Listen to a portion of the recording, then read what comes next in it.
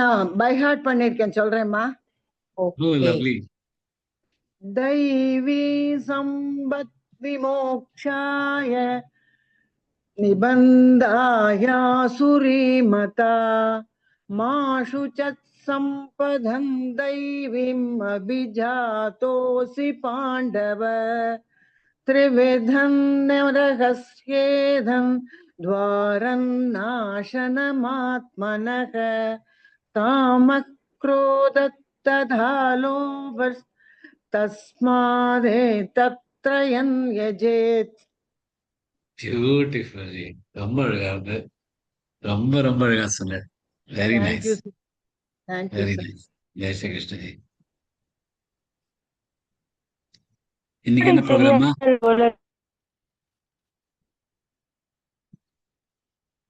Sir இன்னைக்கு நம்ம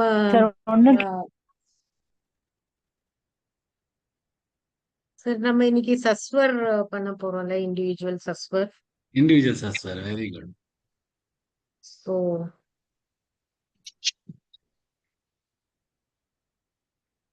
குலுக்கல் முறையில இல்லையா? இதோ அது ரெடி பண்ணி தெரியறதா சார்? இன்னும் தெரியல. இப்போ இப்போ வந்துருது. ஸோ யாரெல்லாம் சஸ்வர் சொல்றதுக்கு ரெடியா இருக்கீங்க? பேர் சொன்னீங்கன்னா நான் கொஞ்சம் காமேஸ்வரி போட்டுக்கோங்கம்மா. Bhuvana Venkatraman, Vijayalakshmi. Kameshwari, Bhuvana Venkatraman, Vijayalakshmi ji, Anuja. Anuja ji. First time going to. அப்படியா? Yes. Yes, sir. அப்புறம் பானுஜி. பானுஜிக்கு தான் பயாட்டா இருக்குமே. சொல்லிடுவேன் சார். நடுப்புற பாக்கு பான்னு ஏதாவது சொல்லுவேன். கவிதா ஜி, சுபாஷினி ஜி,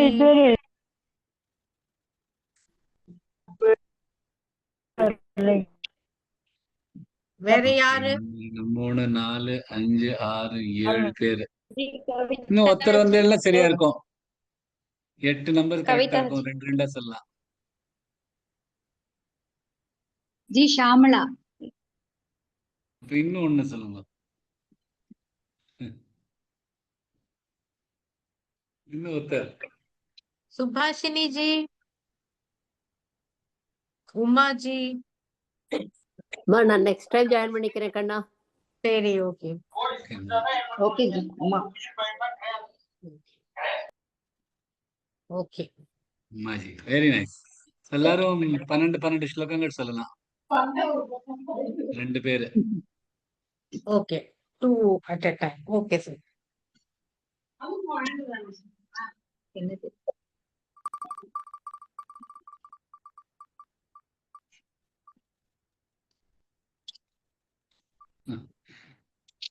யார் கடைசியில சொல்லலாம் அவங்களுக்கு தான் கிடைக்கும். ஷாம்லாஜி அண்ட்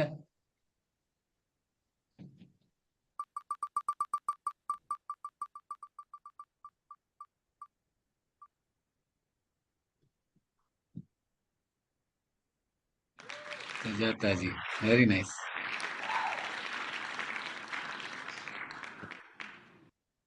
ஷாம்லா ஜி, நீங்க அவதாரணிகா and first 12 ஸ்லோகா. ஓகே ஜி. சொல்லட்டுமா ஜி? சொல்லட்டுமா சார்? சொல்லுங்கம்மா, ஸ்டார்ட் பண்ணுங்க. ஓம் ஸ்ரீ பரமாத்மனே நமः. ஸ்ரீமத் பகவத் கீதா அத ஷோடசோऽध्यायः. ஸ்ரீ பகவானுவாச்ச அபயம் சத்வசம்சுத்தி ஞானயோகவ்யவஸ்திதிः தானந்தமश्च யஜ்ஞश्च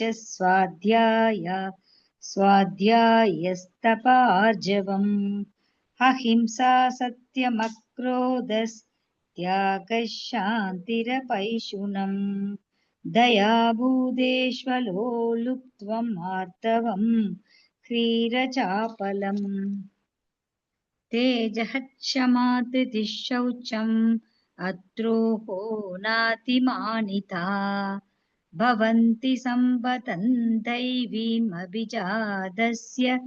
भारत तम्भो धर्मोऽभिमानश्च क्रोधपारुष्यमेव च अज्ञानं चापि जातस्य पार्थसम्पदमासुरी दैवी सम्पद्विमोक्षाय निबन्धाय सुरीमता मासु सम्पतं दैवी अभिजातोऽसि पाण्डव त्वौ भूतसर्गौ लोकेऽस्मिन् दैवासुर एव च दैवो विस्तरशः प्रोक्त आसुरं पार्थ मे शृणु प्रवृत्तिं च निवृत्तिं च जनान विदुरासुराः न शौचन्नापि चाचारो न सत्यन्तेषु विद्यते असत्यमप्रतिष्ठन्ते जगदाहुरनीश्वरम् अपरस्परसम्भूतं किमन्यात् कामहैतुकम् एतान् दृष्टिमवष्टभ्य नष्टात्मानोऽल्पबुद्धयः प्रभवन्त्युग्रकर्माणः क्षयाय जगतो हिताः काममाश्रित्य दुष्पूरन् दम्भमानमतान्विताः मोहात् गृहीत्वा सत्ग्राहान् प्रवर्तन्ते शुचिव्रताः चिन्तामपरिमेयाञ्च प्रलयान् तामुपाश्रिताः कामोपभोगपरमा एतावदिति निश्चिताः आशाभाषशतैर्भक्ता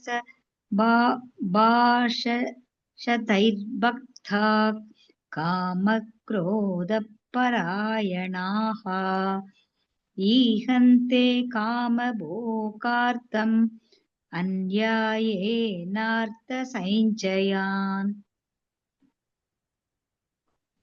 इदमद्य मया लब्धमिमं प्राप्स्ये मनोरथम् इदमस्तीदमपि मे भविष्यति पुनर्धनम् असौ मया हतः शत्रुर्हनिष्ये चापरानपि ईश्वरोऽहमहं भोगी सिद्धोऽहं बलवान् सुखी आढ्योऽभिजनवानस्मि कोऽन्योऽस्ति सदृशो मया यक्ष्ये दास्यामि मोदिष्य इत्यज्ञानविमोहिताः अनेकचित्तविभ्रान्ता मोहजालसमावृताः प्रसक्ताः कामभोगेषु पतन्ति नरकेषु च आत्मसम्भावितास्तब्धा धनमानमदान्विताः यजन्ते नाम यज्ञैस्ते दम्भेना विधिपूर्वकम् अहङ्कारं बलं दर्पं कामं क्रोधं च संश्रिताः मामात्मपरदेहेषु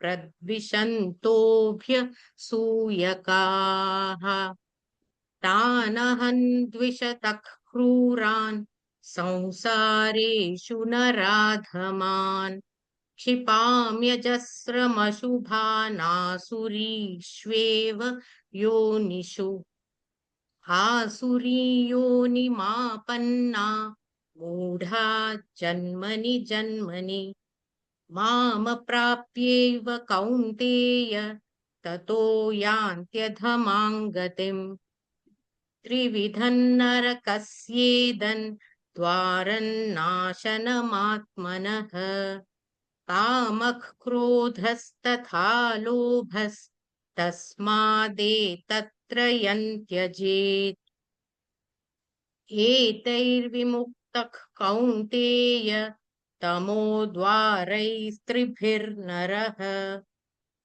आचरत्यात्मनः श्रेयस्ततो याति परां गतिम् यः शास्त्रविधिमुत्सृज्य वर्तते कामकारतः न स सिद्धिमवाप्नोति न सुखं न परां गतिम् तस्मात् शास्त्रं प्रमाणन्ते कार्याकार्यव्यवस्थितौ ज्ञात्वा शास्त्रविधानोक्तं कर्म कर्तुमिहार्हसि ॐ तत्सदिति श्रीमद्भगवद्गीतासु उपनिषत्सु ब्रह्मविद्यायां योगशास्त्रे श्रीकृष्णार्जुन संवादे दैवासुरसम्पद्विभागयोगो नाम षोडशोऽध्यायः। ॐ श्रीकृष्णार्पणमस्तु। जय श्री कृष्ण। வண்டர்ஃபுல் ஜி, ரெண்டு பேரும் ரொம்ப பியூட்டிஃபுல். நேதாஜி ரொம்ப ரொம்ப நல்லா சொன்னீங்க. ஷம்லாஜி ஆல்சோ வண்டர்ஃபுல், ரொம்ப நல்லா இருந்தது. கேட்டுட்டே இருக்கலாம் போல. Very nice. தேங்க்யூ. சுஜாதாஜி போன தடவை லாஸ்ட்ல வந்ததுன்னு சொன்னாங்க, இந்த தடவை ஃபர்ஸ்ட் வந்துருக்கு அவங்களுக்கு. ஆமா, போன தடவை போனா போறதே நம்ம கொடுத்தோம். நெக்ஸ்ட் டூ முடிஞ்ச ஆஷா முடிஞ்சா பண்ணிடுறாங்களும் வரேன் நான் பாவம் வாங்கி கொஞ்சம் சரி கொஞ்சம் பண்ணிடுறா கண்ணா அவளும் வரேன்னு இருக்கா. புவனாஜி மியூட் பண்றேடா.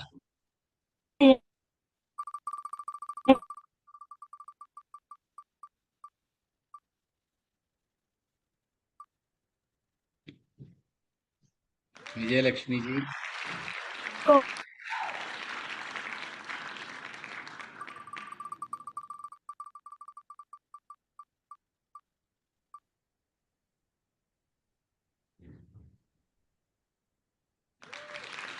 அனுஜா ஜி.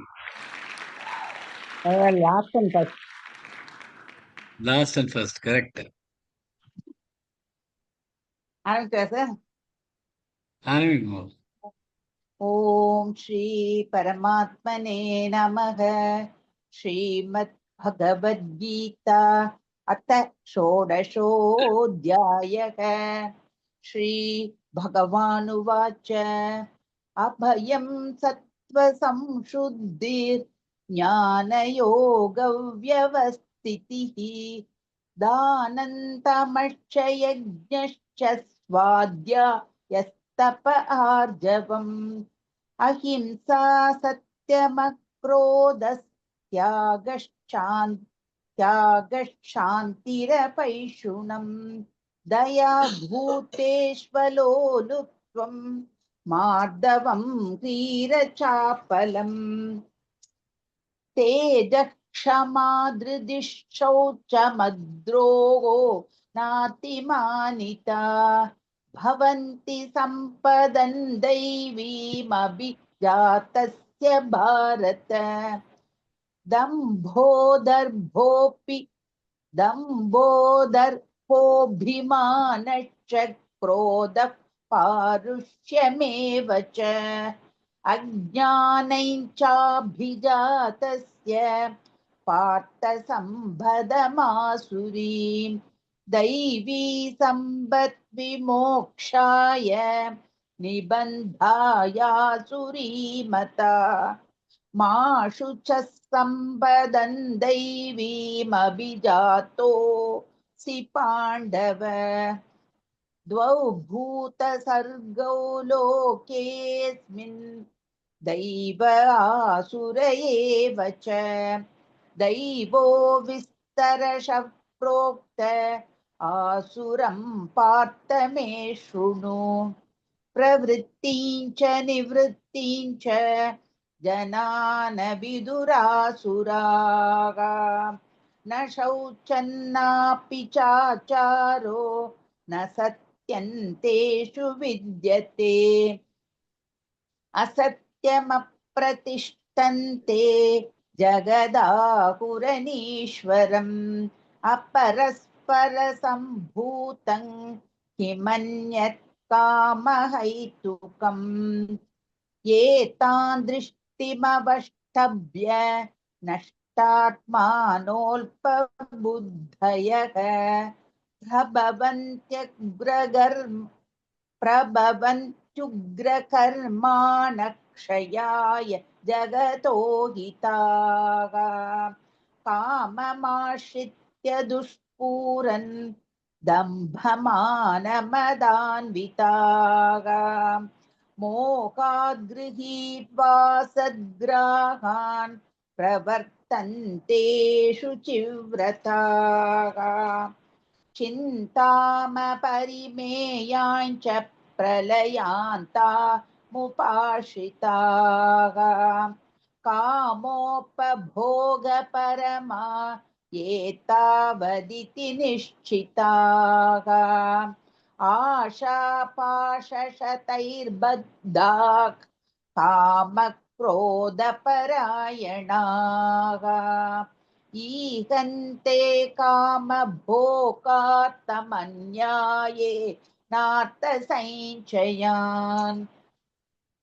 इदमद्य मया लब्धमिमं प्राप्स्ये मनोरथम् इदमस्तीदमपि मे भविष्यति पुनर्धनम् असौ मया हतश्चत्रुर्हनिष्ये चापरानपि ईश्वरोऽहमहं भोगी सिद्धोऽहं बलवान् सुखी आढ्योऽभिजनवानस्मि कोऽन्योऽस्ति शतृशो मया यक्ष्ये दास्यामि मोदिष्य इत्यज्ञानविमोहिताः अनेकचित्तविभ्रान्ता मोहजालसमावृताः प्रसक्ताः कामभोगेषु पतन्ति नरकेषु च आत्मसम्भावितास्तब्धा धनमानमदान्विताः यजन्ते नाम यज्ञैस्ते दम्भेनाविधिपूर्वकम् अहङ्कारं बलं दर्भं कामं क्रोधं च संश्रिताः मामात्मपरदेहेषु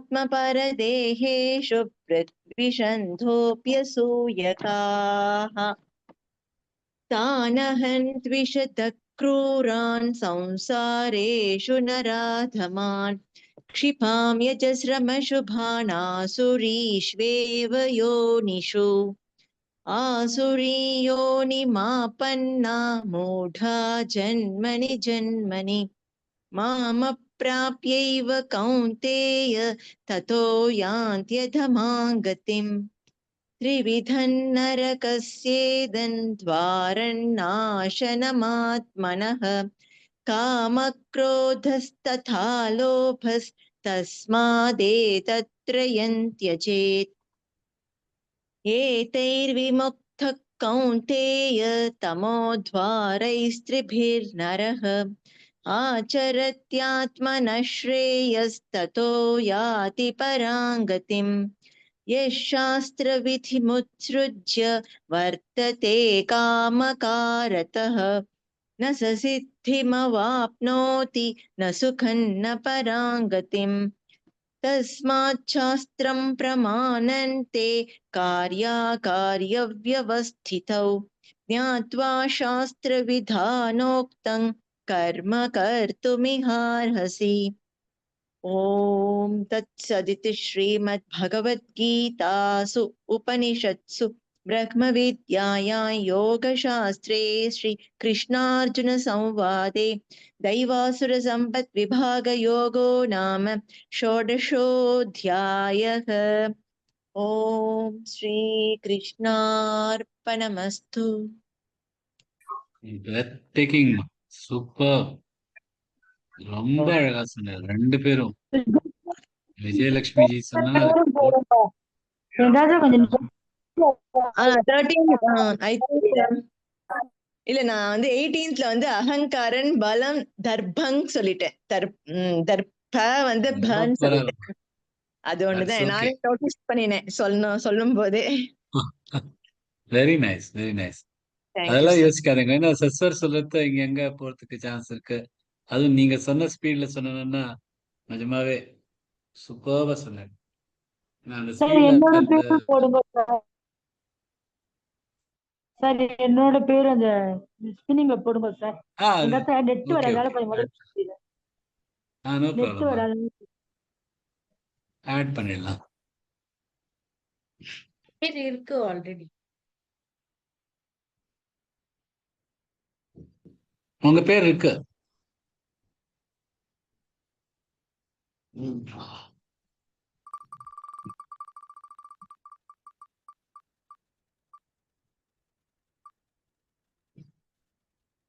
भुवना जी,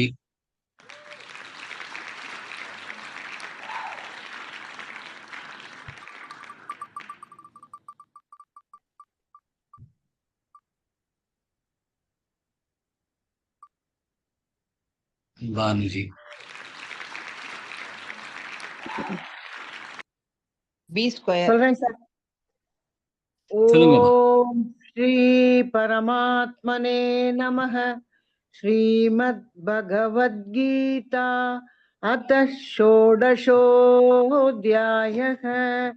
श्रीभगवानुवाच अभयं सत्त्वसंशुद्धिर्ज्ञानयोगं व्यवस्थितिः दानं दमश्च यज्ञश्च स्वाध्यायस्तप आर्जवम् अहिंसा सत्यमक्रोधः त्यागश्शान्तिरपैशुनम् दयाभूतेष्वलोलुप्त्वम् मार्धवम् क्षीरचापलम् तेजः क्षमा धृतिः शौचम् अद्रोहो नाति मानिता भवन्ति सम्पदम् दैवीम् अभिजातस्य भारत दम्भो दर्पोऽभिमानश्च क्रोधः पारुष्यमेव च अज्ञानं चाभिजातस्य पार्थ सम्पदमासुरीम्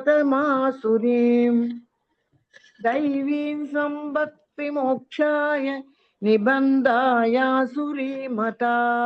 माशु च सम्पदं दैवीम् अभिजातोऽसि पाण्डव द्वौ भूतसर्गौ लोकेऽस्मिन् दैव आसुर एव च दैवो विस्तरशः प्रोक्त आसुरं पार्थ मे शृणु प्रवृत्तिं च निवृत्तिं च जनान विदुरासुराः न शौचं नापि चाचारो न सत्यं तेषु विद्यते असत्यमप्रदिष्टं ते जगदाहुरनीश्वरम् अपरस्परसम्भूतं किमन्यत् कामहैतुकम् एतान् दृष्टमविष्टभ्य नष्टात्मानोऽल्पबुद्धयः प्रभवं युक्तकर्माणः क्षयाय जगतो हिताः काममाश्रित्य दुष्पूरन् दम्भमानमदान्विताः मोहात् गृहीत्वा सद्ग्राहान् प्रवर्तन्ते शुचिव्रताः चिन्तामपरिमेयाञ्च प्रलयान्तामुपाश्रिताः कामोपभोगपरमा एतावदिति निश्चिताः आशाभाषसदैर्बुद्धाः कामक्रोधपरायणाः ईहन्ते कामभोगार्थं मन्यायेनार्थसञ्जयान् इदमद्य मया लब्धमिमं प्राप्स्ये मनोरथम् इदमस्ति तबिमे भविष्यति पुनर्धनम् असौ मया हतः शत्रुर्हनिष्ये चापरानपि ईश्वरोऽहमहं भोगी सिद्धोऽहं बलवान् सुखी आद्योऽभिजनवानस्मि कोऽन्योऽस्ति शत्रुषो मया यक्ष्ये तास्यामि मोदिष्य इत्यज्ञानविमोहिताः अनेकचित्तविभ्रान्ता मोहजालसमावृताः प्रसक्ताः कामभोगेषु पतन्ति नरकेषु च आत्मसम्भाविताः शब्दा धनमानमदान्विताः यजन्ते नाम यज्ञैस्ते दम्भेनाविधिपूर्वकम् अहङ्कारं बलं दर्भं कामं क्रोधं च संश्रिताः मामात्मपरदेहेषु प्रद्विषन्तोऽभ्यसूयकाः तानहं विशतः क्रूरान् संसारेषु नराधमान् क्षिपां यजस्रमशुभान् आसुरीष्वेव योनिषु आसुरीयोनिमापन्ना मूढा जन्मनि जन्मनि मामप्राप्यैव कौन्तेय ततो यान्त्यधमां गतिम् त्रिविधं नरकस्येतन् द्वारन्नाशनमात्मनः कामक्रोधस्तथा लोभस्तस्मादेतत्त्रयं त्यजेत् एतैर्विमुक्तः कौन्तेय तमोद्वारैस्त्रिभिर्नरः आचरत्यात्मनः श्रेयस्ततो याति परां गतिम् यः शास्त्रविधिमुत्सृज्य वर्तते कामकारतः न स सिद्धिमवाप्नोति न सुखं न परां गतिम् तस्मात् शास्त्रं प्रमाणन्ते कार्याकार्यव्यवस्थितौ ज्ञात्वा शास्त्रविधानोक्तं कर्म कर्तुमिहार्हसि ॐ तत्सदिति श्रीमद्भगवद्गीतासु उपनिषत्सु ब्रह्मविद्यायां योगशास्त्रे श्रीकृष्णार्जुनसंवादे दैवासुरसम्पद्विभागयोगो नाम षोडशोऽध्यायः। ॐ श्रीकृष्णार्पणमस्तु। जय श्री कृष्ण। ஜெய் ஸ்ரீ கிருஷ்ணஜி. ரொம்ப ரொம்ப நல்லா இருந்தது. ரெண்டு பேருமே ரொம்ப அழகா சொன்னீங்க. Shamlaji and Poonaji and Bhanuji. Very very nice. இங்கேயுமே ஒரு பிழை இல்லாம எங்க பிழை இருக்கோ நீங்களே கரெக்ட் பண்ணிட்டு வண்டர்ஃபுல் வண்டர்ஃபுல். தஸ்வர் சொல்றதுங்கிறது ரொம்ப கஷ்டமானது, ரொம்ப ஈஸியானது இல்லை. அது ஃபோக்கஸ்டா சொல்றதுதான் வரும். ரெண்டு பேரும் ரொம்ப அழகா ஃபோக்கஸ்டா சொன்னார். Very nice. Jai Shri Krishna. Jai Shri Krishna sir, என் பேர் ஆட் பண்ணிக்கோங்க. ஓகே மைத்திலிஜி, பார்க்கலாம். ஏன்னா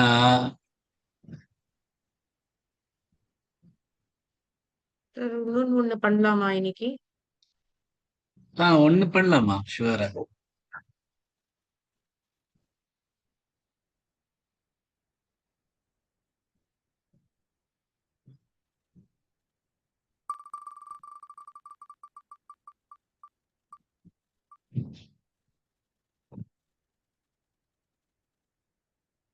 कामेश्वरी जी,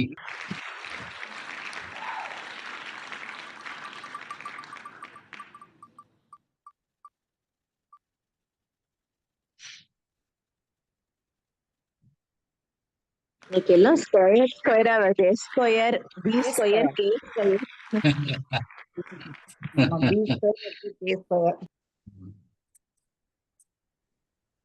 சொல்லட்டுமா சார்? சொல்லுங்கம்மா. ஓம் ஸ்ரீ பரமாத்மனே நமः. ஸ்ரீமத் பகவத்கீதா अथ षोडशोऽध्यायः। श्रीभगवानुवाच अभयं सत्त्वसंशुद्धिर्ज्ञानयोगो व्यवस्थितिः दानन्दमश्च यज्ञश्च स्वाध्यायस्तप आर्जवम् अहिंसा सत्यमक्रोधस्त्यागः शान्तिरपैशुनम् तया भूतेष्वलोलुब्ध्वं मार्दवं ह्रीरचापलम्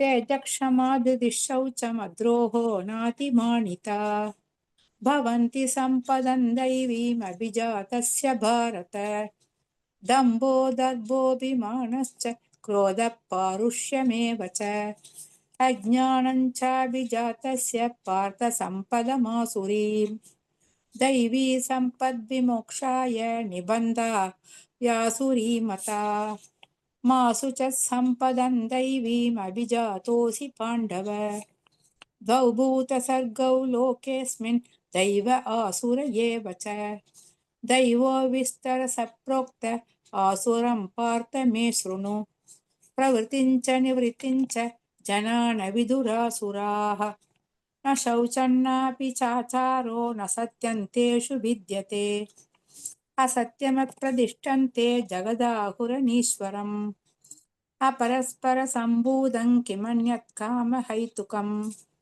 एतां दृष्टिमवष्टभ्य नष्टात्मानोऽल्पबुद्धयः प्रभवन्त्युग्रकर्माणः क्षयाय जगतो हिताः काममाश्रित्य दुष्पूरं दम्भमानमदान्विताः मोहात् गृहीत्वा सद्ग्राहान् प्रवर्तन्ते शुचिव्रताः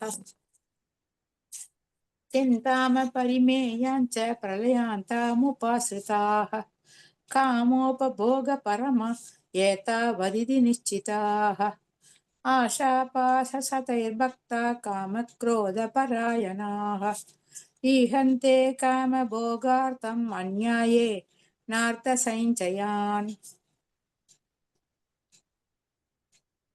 जय श्री कृष्ण सर। इदमद्य मया लब्धमिमं प्राप्य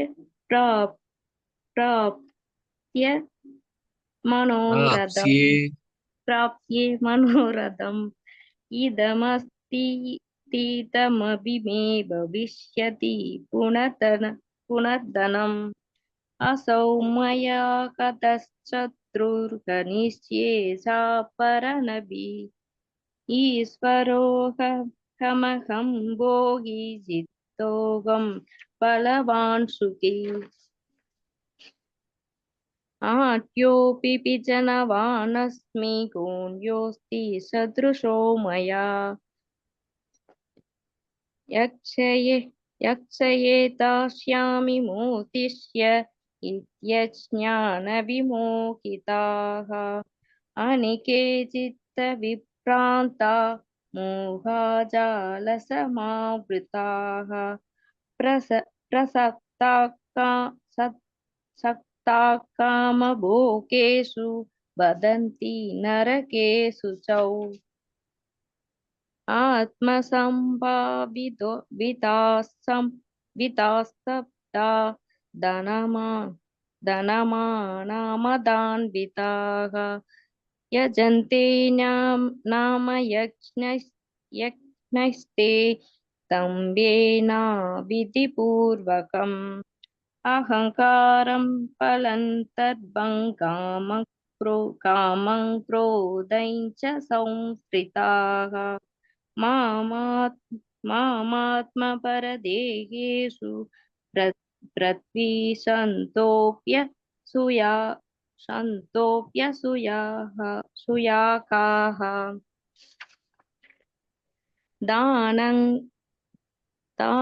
दानहन् विसक्तक्रान् संसारेषु नरात्मान् क्षिपाम्यशस्त्रमसुपान् आसुरीस्येव योनिषु आसुरीयोनिमापन्ना मूढा जन्मनि मामप्राप्यैव कौन्तेय ततो यान्त्यधमां गतिम् तिरिविदन्नरके नरकस्येदन् द्वारन्ना न स नाशनमात्मनः कामक्रोधस्तथा लोभस्तस्मादेतत्रयन्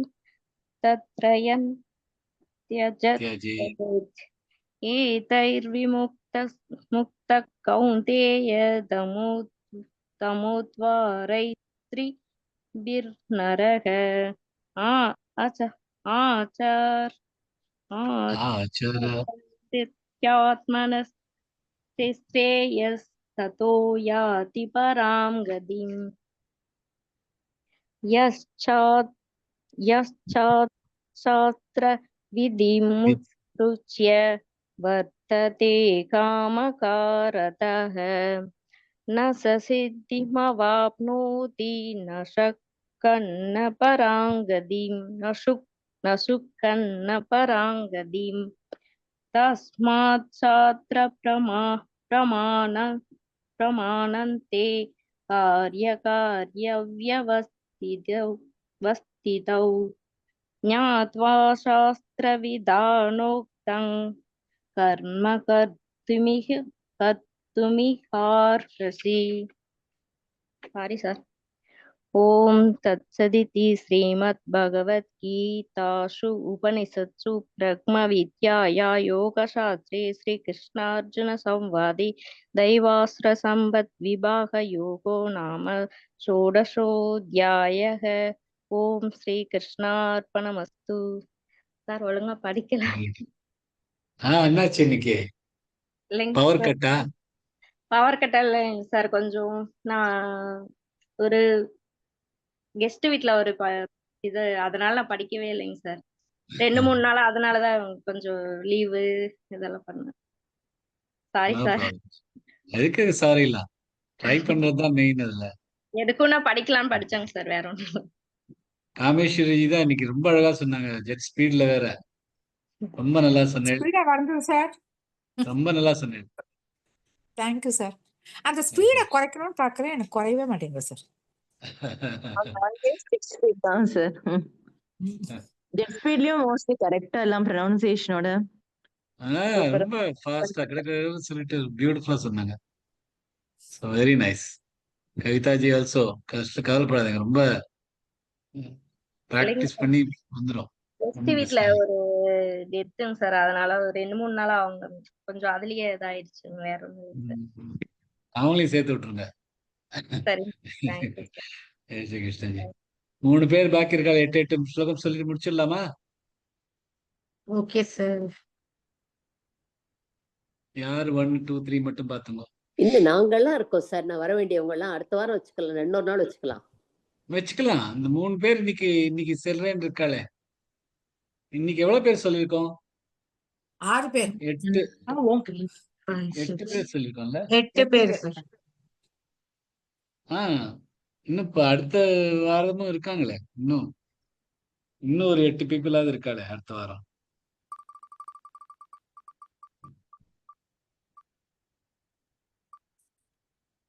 சோமாஜி ஃபர்ஸ்ட் 8.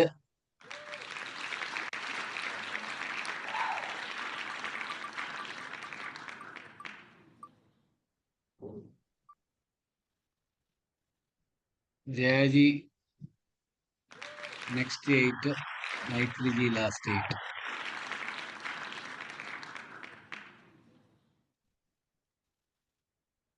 முதல் 8 உமாஜி, 9ல இருந்து 16 ஜெயாஜி, 17ல இருந்து 24 மைத்ரிஜி.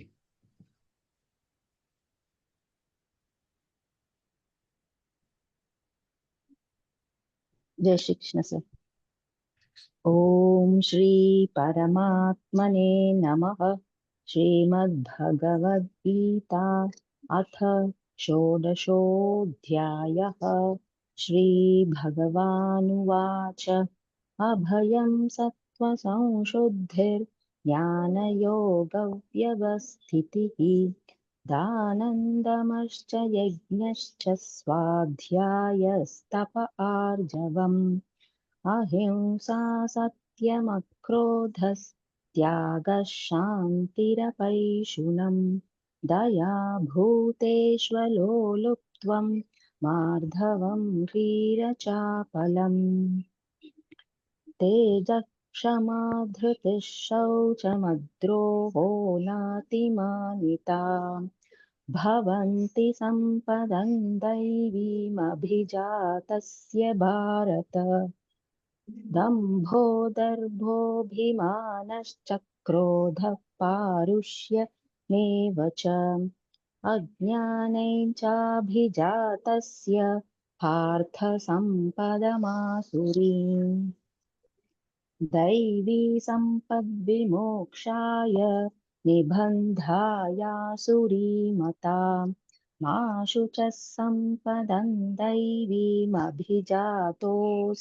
पाण्डव द्यौभूतसर्गौ लोकेऽस्मिन् दैव आसुर एव च दैवो विस्तरश प्रोक्त आसुरं पार्थ मे शृणु प्रवृत्तिं च निवृत्तिं च जनान विदुरासुराः न शौचं नापि चाचारो न सत्यन्तेषु विद्यते असत्यमप्रतिष्ठन्ते जगदाहुरनीश्वरम् अपरस्परसम्भूतं किमन्यत् कामहैतुकम्। जया जी।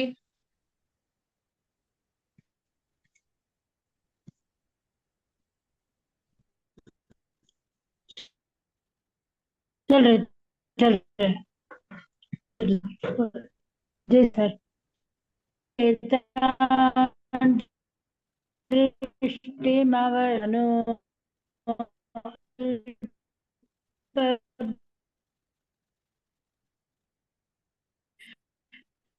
प्रभवन्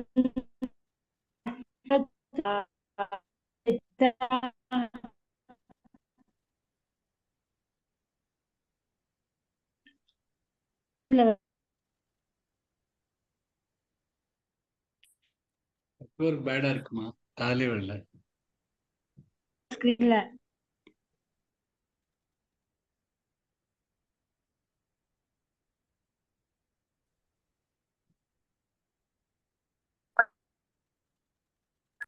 ரொம்ப பேடா இருக்கு நெட்வொர்க்.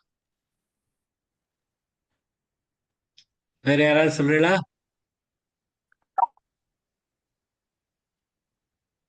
இல்ல சார். நானே தான் நெட்டே சரியில்லம்மா, காலையே விழல. काममाश्रित्य दुष्पूरन् दम्भमानमदान्विताः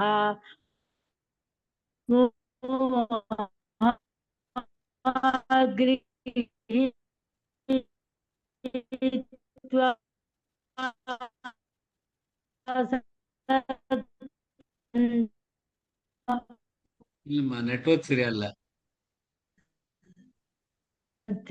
நெட்வொர்க் சரியில்லம்மா. மைத்திலி ஜி நீங்க சொல்லிடுறல 10th ல இருந்து. சொல்றேன் ஜி. ஜெய் கிருஷ்ண.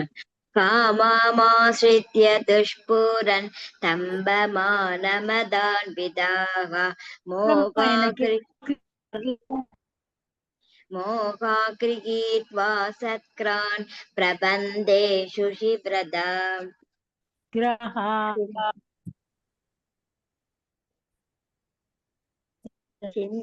चिन्तामपरिमेयाञ्च प्रलयान्तामुपाश्रिताः ஜெயா ஜி ஜெயஜி நீங்க கொஞ்சம் மியூட் பண்ணிக்கோங்க. மைத்திலி ஜி சொல்லுங்க நீங்க.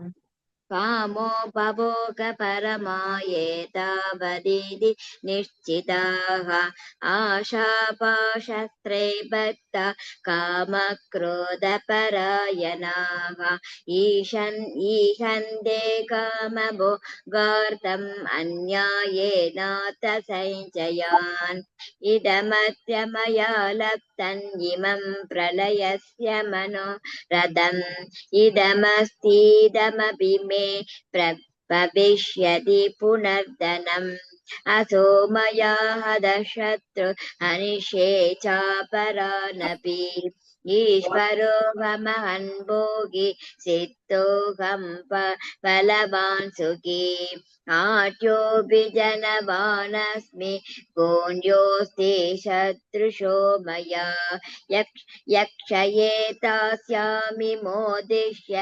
इत्यज्ञानविमोहिताः अनेकचित्तविप्पन्दा मोहजालसमावृताः प्रसक्ता कामभोगेषु पतन्ति नरकेषु आत्मसम्भाविदा संस्था धनमानमदान्विताः